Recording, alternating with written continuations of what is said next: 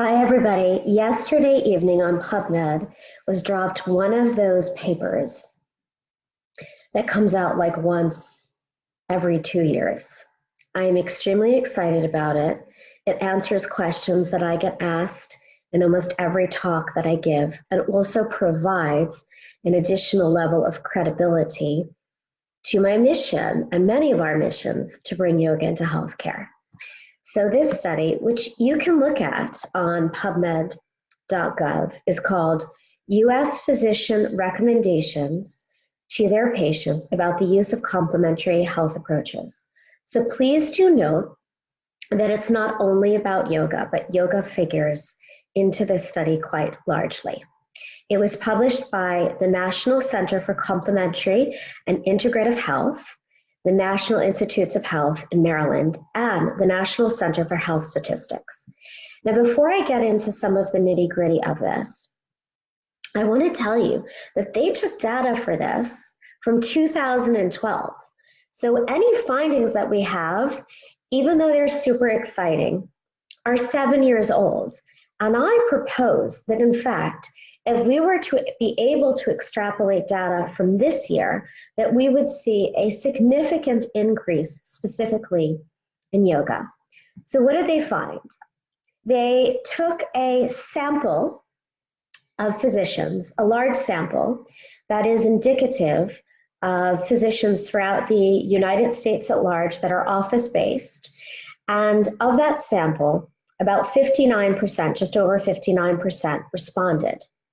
And they asked them, do you recommend complementary health approaches, which they call CHAs? And all of the physicians that responded, and maybe they self-selected to respond because they are actually suggesting complementary health approaches, all of those physicians said that they did. Now, yoga was not the largest offering and suggestion. It was actually massage therapy, which is interesting. But 25.6% of all physicians said that they were recommending yoga to their patients. And that include physicians who are GPs, who are family practitioners, who are psychiatrists. It was the raft of different kinds of doctors, which makes this even more exciting. And I want to add an additional piece of information which isn't listed here. To my knowledge, the last time that there was any survey like this done on recommendations of yoga by physicians in the United States, it was 6%.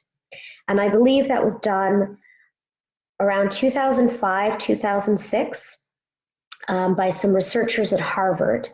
And we have seen an increase of like 20% in about 6 years. So imagine how much growth we've probably seen in the last 7 years that we don't have data to extrapolate from yet, given that there was such a huge growth in the 6-year period.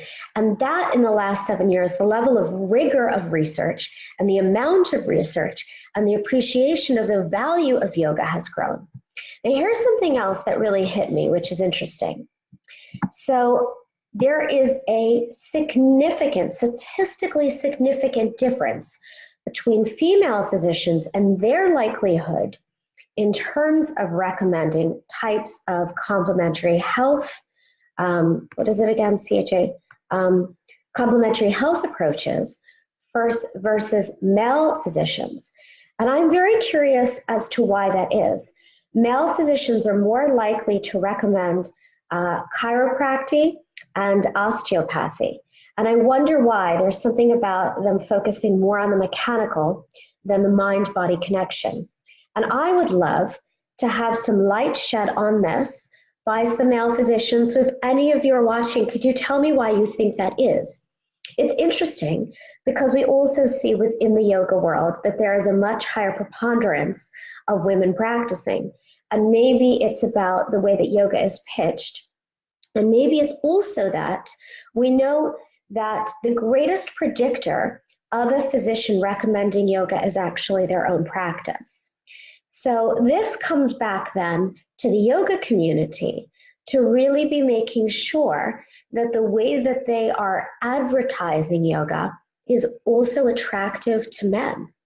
not just male doctors so that they prescribe it, but men in general so that they are receiving the health benefits and just the overall well-being that emerges as a result.